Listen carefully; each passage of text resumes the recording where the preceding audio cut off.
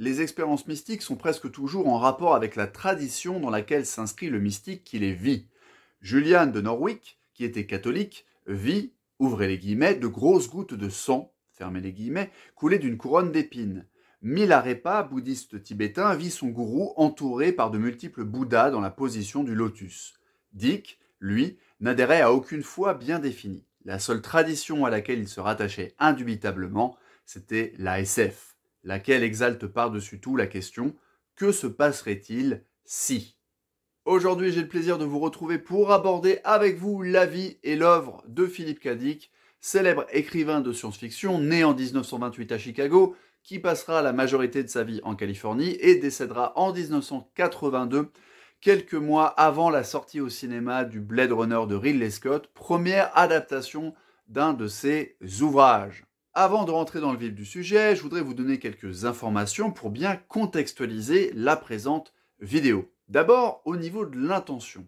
Initialement, je voulais vous faire des recommandations de lecture parce que je connais un petit peu l'œuvre de Philip K. Dick et que j'avais envie de partager cette connaissance pour qu'elle ne reste pas lettre morte. Et je me suis rendu compte que le format classique d'une série de recommandations de lecture qui revenait finalement à faire un top était un truc un petit peu péremptoire, non pas que mon opinion soit quelque chose que je veux diminuer au niveau de la pertinence, mais dans le sens où ça partait en fait d'un implicite qui était la nécessité absolue de lire Philip K. Dick. Or, vous allez le voir, et c'est pour ça qu'en fait la vidéo s'appelle « Faut-il lire Philip K. Dick ?» On peut trouver des raisons objectives de ne pas s'intéresser à son œuvre. Donc, plutôt que de faire un truc purement descendant et affirmatif sur la base de « il faut lire Philip K. Dick et voici les œuvres que je vous recommande avec ma grande expertise », je préfère me concentrer sur un échange contradictoire d'arguments en faveur et en défaveur de la découverte de son œuvre pour ceux qui ne la connaissent pas déjà. Deuxième chose, au niveau de la documentation et de mon expertise ou pas de cette œuvre. Il faut savoir que si on s'en tient au domaine de la science-fiction, et qu'on tient compte à la fois des œuvres publiées à titre posthume et des œuvres publiées de son vivant, Philip K. Dick a écrit plus de 120 nouvelles et surtout, au niveau des romans, il a écrit 37 romans qui sont de qualité inégale, mais dont j'ai lu 17 de l'échantillon. J'ai lu 17 éléments, 17 romans de ces échantillons, et puis, je sais plus, c'est dur à évaluer pour les nouvelles, mais une quarantaine ou une cinquantaine de nouvelles. On va surtout se concentrer sur les romans dans cette vidéo, mais du coup, pour éviter de propager des fausses informations à la fois sur les romans que je n'ai pas lus, les romans que j'ai lus au début des années 90 et sur la vie, tout simplement, de Philip K. Dick, je me suis documenté et j'ai consciencieusement lu la biographie considérée comme la vraie référence sérieuse sur la vie de Philip K. Dick, la biographie intitulée Invasion divine au pluriel, rédigée par Lawrence Sutin, qui est effectivement un modèle de travail documentaire, d'investigation, sorti en 89 pour la version originale et en 95 pour la France, avec une traduction de Hélène Colomb, qui, des années plus tard, traduira la fameuse exégèse écrite par Philip K. Dick. Maintenant que vous avez les informations nécessaires pour apprécier et recontextualiser cette vidéo, on va pouvoir passer aux arguments en faveur et en défaveur de la découverte de l'œuvre de Philip K. Dick. J'ai classé ces arguments par ordre d'importance, parce que vous allez le voir, ils ne se valent pas tous, et on va commencer par les arguments en faveur d'une découverte de l'œuvre de Philip K. Dick, pour ceux qui ne la connaîtraient pas déjà. Le premier argument qui pourrait vous inciter à vous pencher sur l'œuvre de Philip K. Dick, c'est son influence majeure, et pas uniquement en matière de littérature, mais bien en matière de cinéma. Si je vous cite Blade Runner de Ridley Scott, et par extension le Blade Runner de Denis Villeneuve, Total Recall de Paul Verhoeven et Minority Report de Steven Spielberg, le point commun de ces 4 films, c'est d'être des adaptations plus ou moins directes des œuvres de Philip K. Dick. Je dis plus ou moins direct parce que dans le cas de Total Recall et de Minority Report, ce sont des films qui sont tirés de simples nouvelles. Et je vais en direct vérifier avec vous la longueur de la nouvelle Souvenir à vendre, qui a inspiré Total Recall. C'est une nouvelle qui fait 36 pages. Voilà, d'après mon recueil qui s'appelle justement Minority Report, Total Recall fait 36 pages. Vous voyez qu'on en a tiré Un film qui en plus porte la marque de Paul Verhoeven à plein de niveaux. Donc l'influence de Dick sur le cinéma, ce n'est pas que ces 4 films-là qui sont parmi les plus connus et sans doute parmi les plus réussis. Il y a une liste complète des œuvres inspirées de Philippe K. Dick sur Wikipédia, mais ce qui est intéressant, c'est que l'influence cinématographique de Philippe K. Dick dépasse largement les adaptations directes.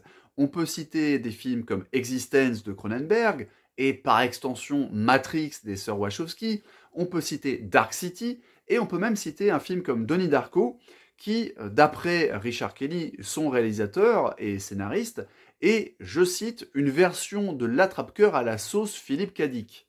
À une époque où les Occidentaux passent en moyenne 3 ou 4 heures par jour devant des écrans à titre de distraction, on ne parle même pas des écrans de travail, on parle de regarder la télévision, les chaînes de streaming et un réseau social hybride streaming comme YouTube, ça peut être intéressant d'invoquer l'impact de Philippe K. Dick sur l'audiovisuel. Donc si vous êtes passionné de cinéma, et en particulier de cinéma de science-fiction, mais pas que, le cas de Donnie Darko est assez intéressant parce que c'est une œuvre hybride qui est une sorte de teen movie, quelque part entre le coming of age, un film, paraît-il, sur la schizophrénie, mais avec une touche fantastique.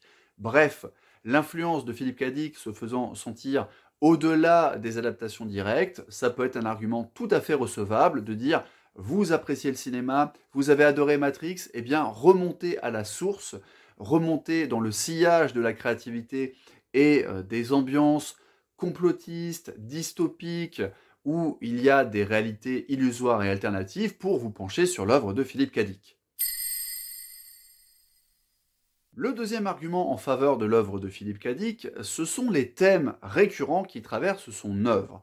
Ces thèmes sont au nombre de 2. Le premier, c'est celui de la réalité illusoire ou de la réalité factice, si vous préférez. Et le deuxième thème, c'est celui de l'humanité et en particulier du propre de l'homme. Un thème qu'on va retrouver notamment dans les films Blade Runner. Entre ces 2 thèmes qui sont archétypaux de l'œuvre dickienne, on a un point nodal qui permet de relier les deux, ce point nodal étant celui de l'identité et de la mémoire.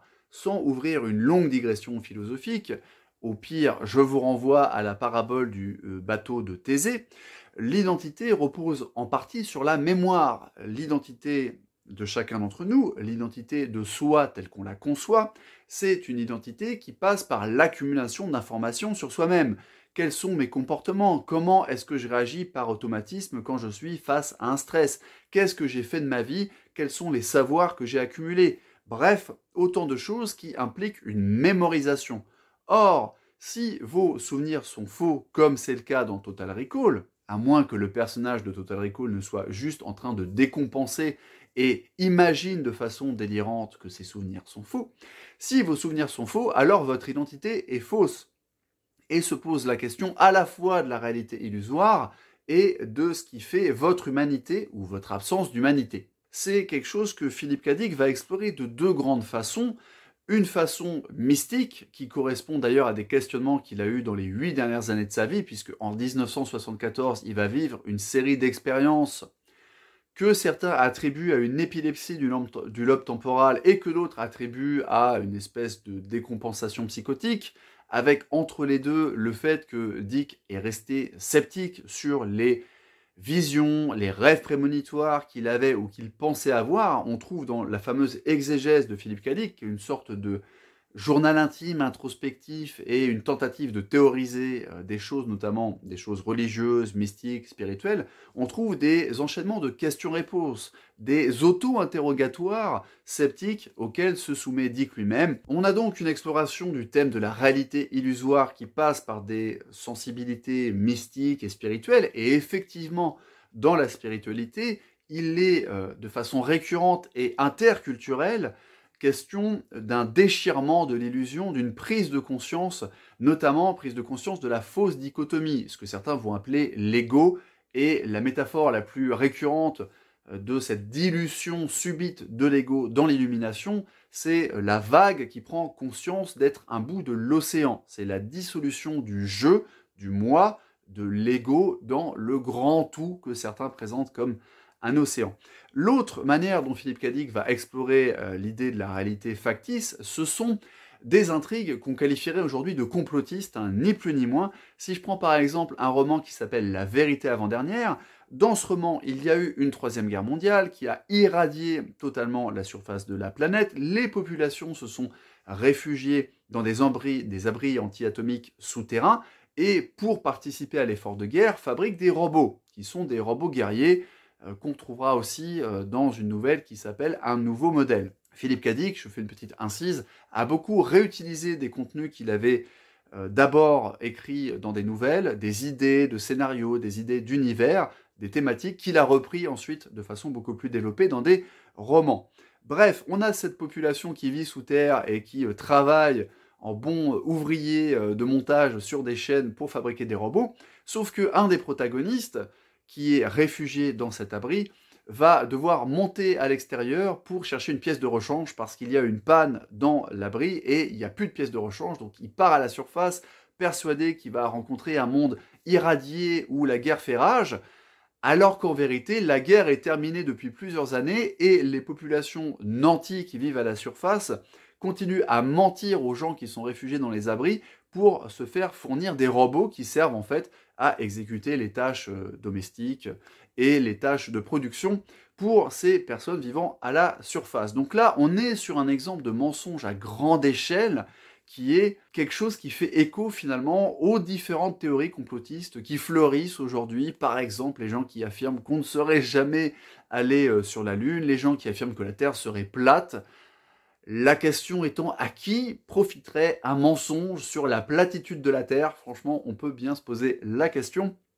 Bref, ce genre de thématique paranoïaque qui trouve sa place dans les dystopies est quelque chose qui est étrangement d'actualité. C'est étrangement d'actualité parce que aujourd'hui, certaines personnes affirment qu'on vit dans une ère dite post-vérité, parce qu'avec les réseaux sociaux, avec l'ère informationnelle qu'implique Internet, on a une accélération de la communication qui fait que les informations vraies ou erronées circulent également de manière accélérée. On a aussi la narration de soi qui passe par les réseaux sociaux, donc la notion d'avatar, d'identité multiple.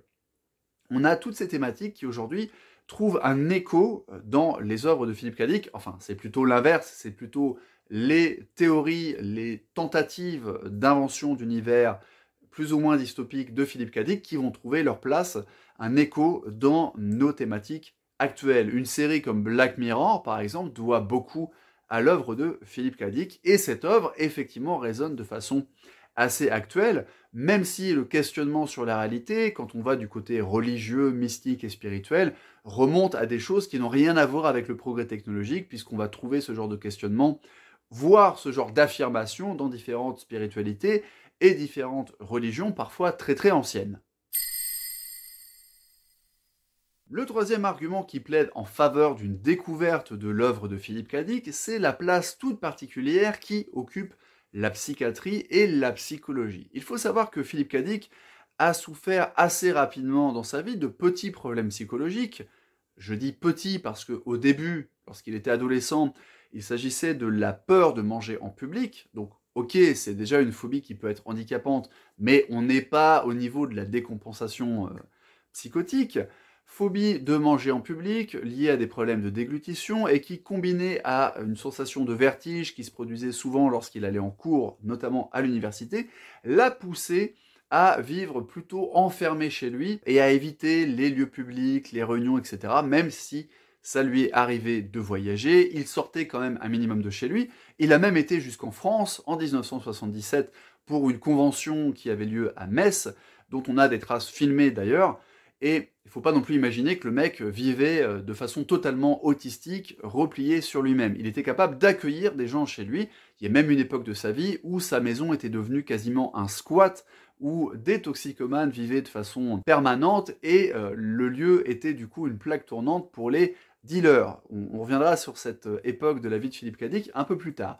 Toujours est-il que ces problèmes psychologiques apparaissant progressivement et puis empirant notamment à cause de sa forte consommation d'amphétamines, ces problèmes ont poussé Philippe Cadic, qui était d'une nature extrêmement curieuse sur le plan intellectuel, à lire des ouvrages de psychologie, des ouvrages sur la psychiatrie, la psychothérapie, et c'est quelqu'un qui lisait de toute manière des revues technologiques, qui était capable de s'intéresser à des textes religieux ou à de la poésie, bref, quelqu'un de très curieux et très ouvert sur le plan intellectuel, et forcément, il ne s'est pas privé d'aller se documenter sur les théories psychiatriques de l'époque et d'incorporer cet aspect psychiatrique et psychologique, voire psychothérapeutique, dans un certain nombre de ses romans. Et pour cette raison, vous trouverez dans les romans de Philippe K. Dick de nombreux personnages présentés ouvertement comme ayant des problèmes psychologiques, allant de la simple dépression consécutive à un divorce à la schizophrénie, la paranoïa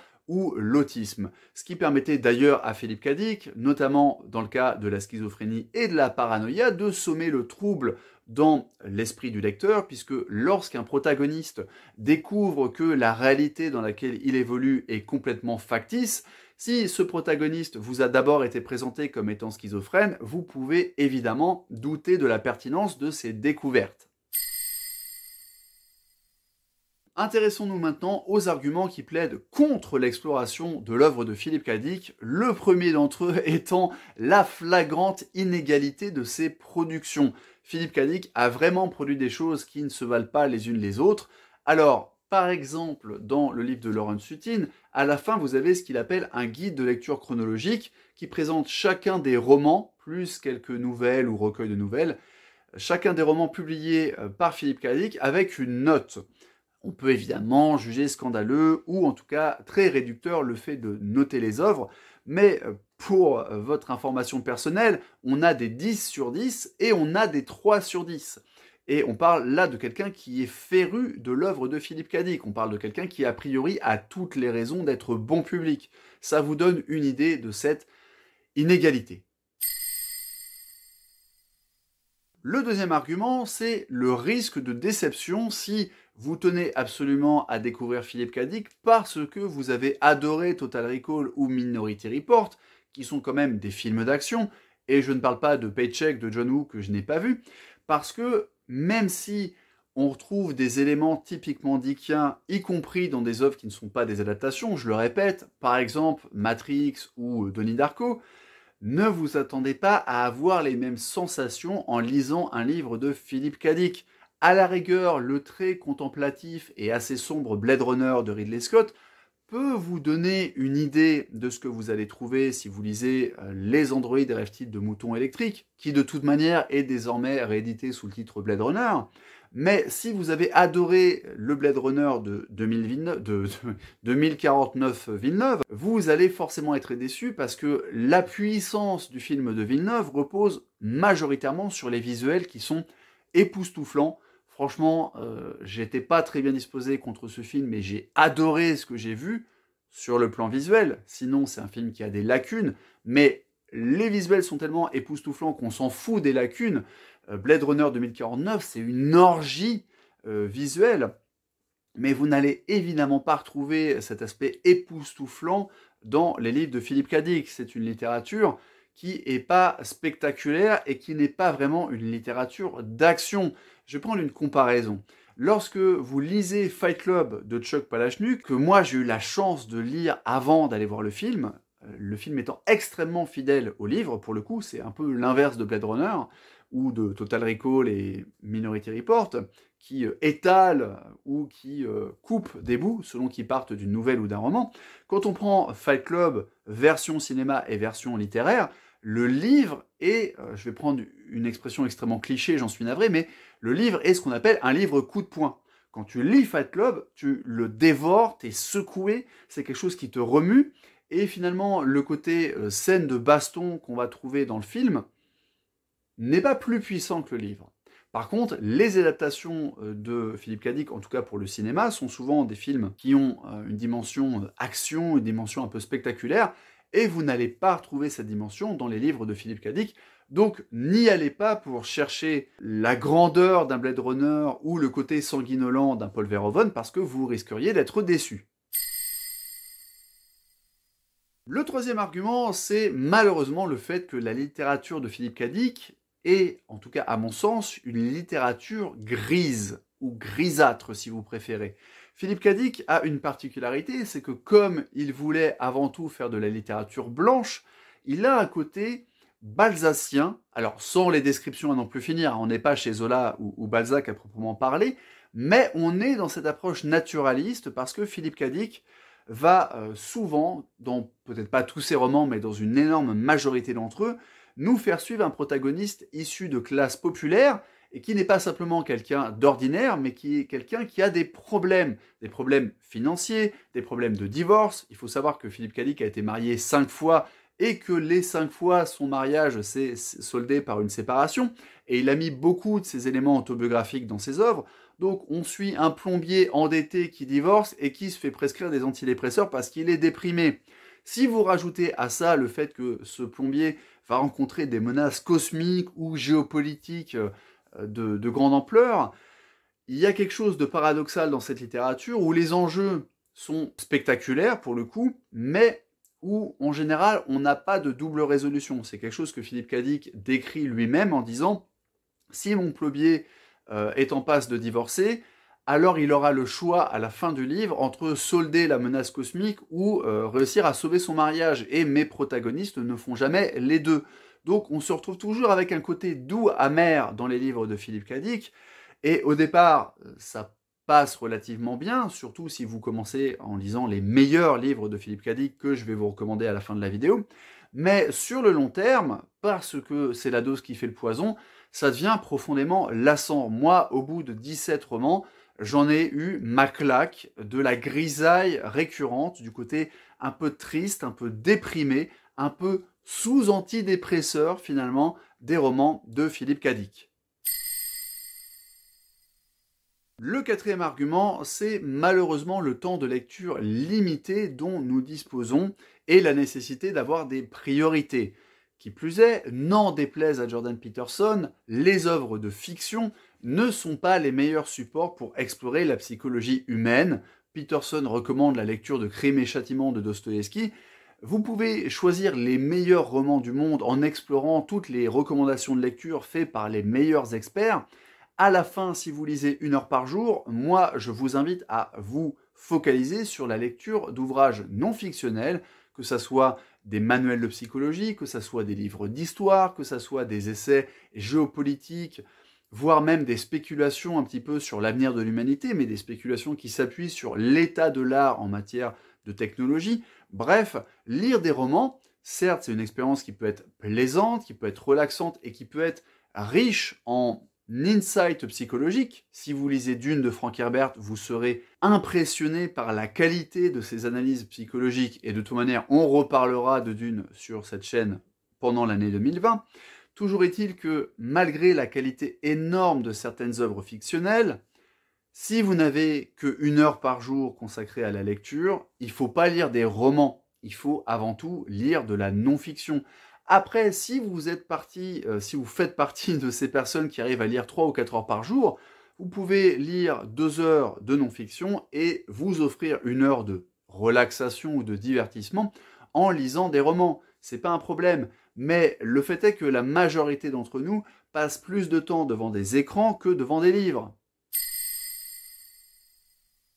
Récapitulons avant de passer aux recommandations de lecture. Dans la catégorie arguments pour Philippe Cadic, on a l'empreinte énorme qu'il a laissée sur le cinéma, on a les thèmes peut-être pas universels, mais en tout cas intemporels qui traversent son œuvre sur la question de la réalité, de l'identité, de la mémoire et de ce qui fait ou pas le propre de l'homme, des thèmes particulièrement d'actualité vu la société technologique dans laquelle nous vivons.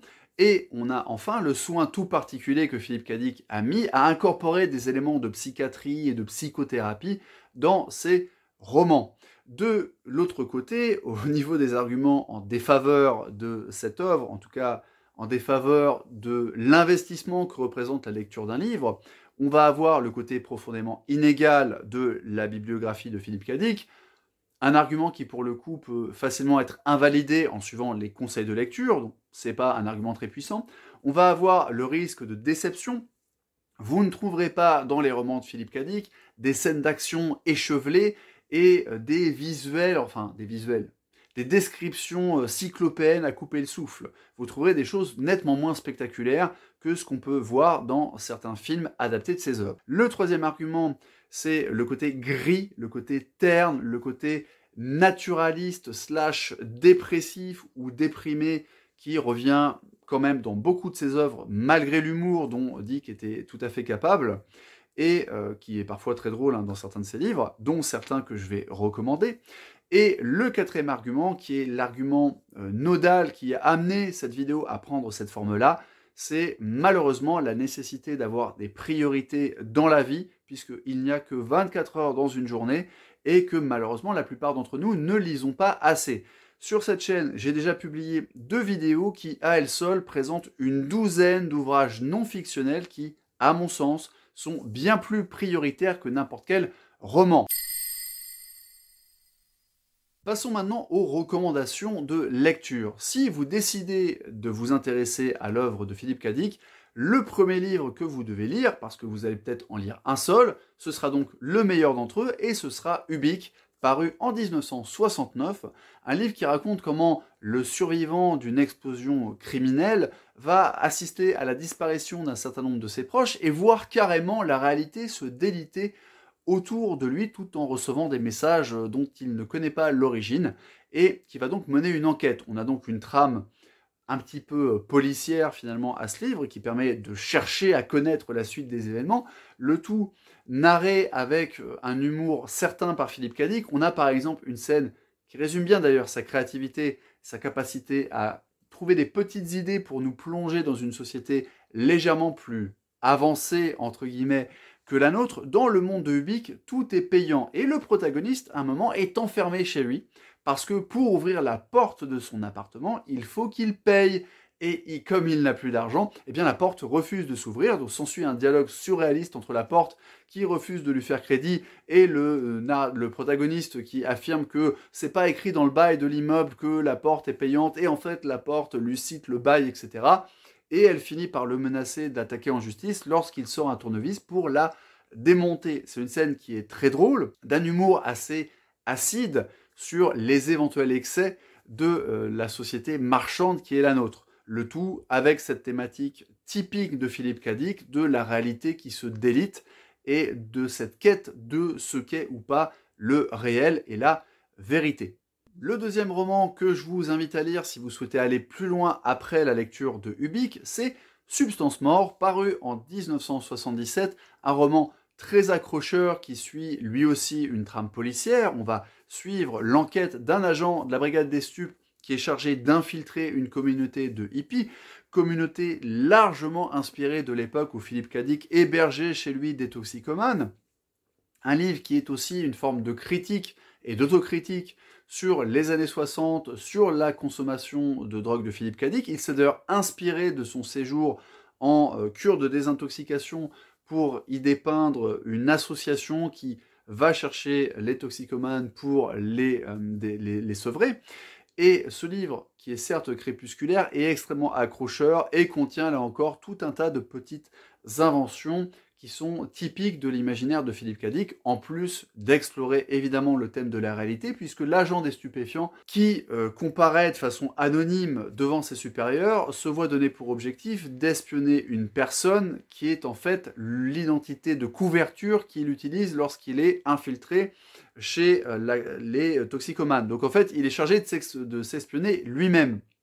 On est là encore sur quelque chose d'un petit peu kafkaïen, qui va déboucher sur des révélations dont je ne dirai rien pour préserver le suspense. Petite recommandation supplémentaire, bien que largement inférieure en qualité, si vous voulez un exemple de roman qui est caractéristique de la tendance de Philippe Cadic à glisser des éléments psychiatriques et psychologiques dans ses romans, vous pouvez lire Glissement de temps sur Mars, qui est paru en 1964 et qui, à ma connaissance, est la tentative la plus audacieuse pour dépeindre la pathologie mentale dans un livre de fiction.